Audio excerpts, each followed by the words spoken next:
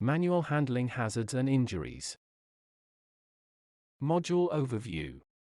In this module, you will learn about types of injury, common disorders and immediate injuries, musculoskeletal disorders, along with a short description of the musculoskeletal system, how to prevent disorders, accident and incident reporting. Types of injury. We've already established in Module 1 that manual handling injuries can occur to anyone, anyplace, anywhere, including when you are working off premises. And we've also highlighted how prolific manual handling injuries are, even when there is so much awareness of the risks. To recap, here are a few more facts and figures that highlight the problem. In 2017 to 2018, 469,000 people suffered from a musculoskeletal disorder in 2017 to 18. Manual handling is the cause of 24% of injuries over 7 days. An average of 6.6 days are lost for each injury. 6.6 million workdays are lost due to work-related musculoskeletal disorders. There's even information on what types of musculoskeletal injuries are more frequent in the workplace than others. 40% of injuries were back disorders. 42% of injuries were upper limb disorders. 18% of injuries were lower limb disorders. From looking at these statistics, it might appear that there could be less risk of lower limb disorders. However, these figures are small because the workplace activities that can cause such injuries are less common than those that cause the upper limb disorders and back disorders. They are more common among athletes and military personnel. They are by no means a lower risk. Causes of injury. Some figures can help us understand what can cause injury when we are manual handling. This can help us know where to focus our attention when we are working, and also when assessing and reducing risk. The following are what types of manual handling activity caused an injury. 17% handling injuries, lifting or putting down loads, and pushing or pulling loads. 12% cuts from sharp, coarse material or trapped fingers. 11% sprains and strains from body movement. 10% manually handling or supporting a person. 5% carrying loads. 2% handling people, using people handling equipment. 19% handling, lifting or carrying, in unknown or unspecified ways. Types of injury. Higher risk industries. Some industries are at higher risk of injury. Agriculture, forestry and fishing. Construction. Transportation and storage. Public administration and defense. Human health and social work activities. Note, while these are the higher risk industries, it doesn't mean that because you are in a different industry that you are not at risk. Common disorders and immediate injury. As briefly mentioned in Module 1, the most common types of musculoskeletal disorders arising from manual handling are upper limb disorders, lower limb disorders, back pain. Not surprisingly though, manual handling causes other injuries not considered musculoskeletal, such as cuts, bruises, fractures, injuries to fingers, thumbs, feet, arms and hands. Musculoskeletal disorders. The musculoskeletal system. You could say that the musculoskeletal system holds up the body. It's one aspect of the human body that provides stability and movement. The musculoskeletal system forms the skeleton and soft tissues of the body from the neck to the limbs. Muscle and other soft tissues cover the skeleton such as ligaments, cartilage, tendons, joints. When injuries occur to the musculoskeletal system, it can be challenging to identify what part of the system is injured. Usually, because of the size and complexity of the system. Why it's important to seek help promptly if you suspect a musculoskeletal disorder. The nature and complexity of the musculoskeletal system means that it's essential to seek prompt medical attention if there is an injury or disorder, otherwise, things could become much worse. The musculoskeletal system relies on balance. If any aspect of the musculoskeletal system is unbalanced, due to injury, disorders or poor posture, the system has to rebalance itself to maintain a center of gravity. We can't stand upright without a center of gravity. And this is where problems lie. To rebalance, the musculoskeletal system will make use of other parts of the system to compensate for the imbalance. This creates pressure points in different parts of the musculoskeletal system owing to the imbalance and adds extra wear and tear from the individual's own body weight to the stressed parts of the body. If work tasks put an unbalanced musculoskeletal system under further pressure, the problem intensifies. It's a recipe for disaster. So far, we've discussed why it's important to take care of the musculoskeletal system. We've also focused on how injuries occur and what might cause them. Now it's time to take a look in more detail at each injury. Chances are, you might be able to identify with one or two since they are a common occurrence. Upper limb disorders. Felt in the arm, fingers to shoulders and neck. Usually cause aches, tension, pain. You'd likely experience issues with the soft tissues, including muscles and tendons. Nerve and circulatory problems are also possible with an upper limb disorder.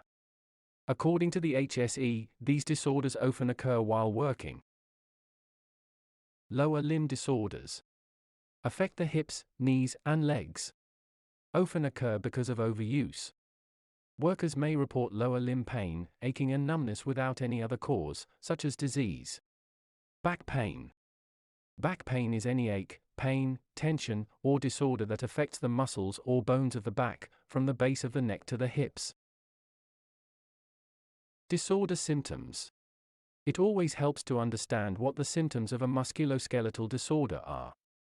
This way, it makes it much easier to determine if you have one. If you do suspect a musculoskeletal injury, you should seek medical advice right away. Upper limb disorder symptoms. Stiffness or pain from joints. Inability to straighten or bend those joints. Aches and pains. Tenderness. Stiffness. Weakness. Tingling. Numbness. Cramp and swelling to muscles of the arms or the neck. Common work-related lower limb diseases. Most of the same symptoms as the upper limb symptoms apply for lower limb disorders too. But there are some additional points to consider when it comes to lower limb injuries to prevent lower limb diseases. Such as hip and knee osteoarthritis, knee bursitis, meniscal lesions or tears, stress fractures or reaction injuries, varicose veins of the lower legs. Back pain. Damage to the following can lead to back pain: the muscles, the bones of the spine, ribs, or the discs between the vertebrae. Low back pain is common and can be extremely painful. How to prevent disorders. For strategies to manage risks of injury in the workplace. We may not manage to prevent every musculoskeletal disorder, but we can highlight strategies to help you manage the risks of injury and disorder in the workplace. Note, these strategies are as much the responsibility of the employee as they are the employer. It's important to pay attention no matter what position you hold at work. Here are 4 strategies to consider. 1. Be realistic.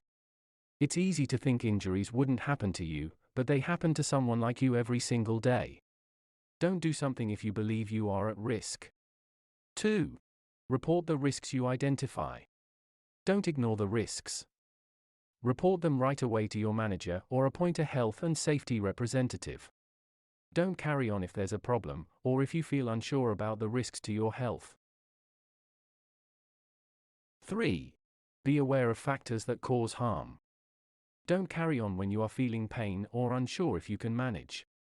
Maintain a healthy and risk-free working style. Consider and correct your posture and the risks you take. Monitor the impact of repetitive tasks. Pay attention to the influence of your environment. If there's no room to work, it could increase the risk of injury. Be mindful of difficult to grasp loads and adjust your working style accordingly. Here are some examples of difficult to grasp loads, but it's not an exclusive list. You might discover other examples in your workplace. Slippery loads. Sharp edges. Too cold or hot to handle. Unstable loads. Chemical hazards. Underfoot conditions. Location of the task. 4. Control and reduce the risks. Ensure that the work is managed and organized. An unorganized workplace and disorganized approach can cause all kinds of problems. It can also increase the risks of manual handling injuries. Consider how many risk factors a worker faces at any time, then seek to reduce or remove as many of the risks possible. Pay attention to your posture, learn how to improve it in general, and how to use correct posture techniques to support you when you are lifting. There's more coming up about this in Module 5. Take extra care to minimize the risk for loads that are damaged, unstable and difficult to grasp. Personal protective equipment can be useful here as well as correct loading techniques and mechanical aids. Reporting injuries early, combined with the correct treatment and appropriate return to work plans, can help aid the recovery and assist employees with returning to work. Accident and incident reporting. Defining the terms used. In this section, we will discuss everything you need to know about accident and incident reporting. To get started, let's define the terms we are using. Accident. According to the HSE, an accident is an undesired circumstance which gives rise to ill health injury, damage, production losses, or increased liabilities. An accident is a specific situation caused by chance. They are never intentional and usually result in damage or injury. Incident. Compared to an accident, an incident is more general. An incident refers to any event. These incidents can be severe or small, planned or not, and can be a threat to the safety or well-being of employees, consumers, and visitors to the workplace. Typical examples of an incident could be a threat of violence, a bomb scare, or irresponsible working practices. Accidents and incidents are reported to bring awareness of a potential situation, manage and control the threat of risks, maintain a legal document of the case, should it be needed in the future. The logging of accidents and incidents occurring in the workplace is a necessary and legal requirement. It's also useful for the employer to refer to when they review and rewrite their risk assessments after an accident or injury. You'll find out more about risk assessments in Module 3. But to start the ball rolling, after an accident or injury, risk assessments should be reviewed and rewritten to reduce and control any risks of further accident or injury in the future. Employers must ensure they record all accidents, incidents, and injuries in the workplace, no matter how big or small they are. To comply with the law, employers must record all accidents, injuries, dangerous occurrences, and illnesses lasting more than 7 days, and any work-related deaths. Keep records in a file, computer log, or accident book.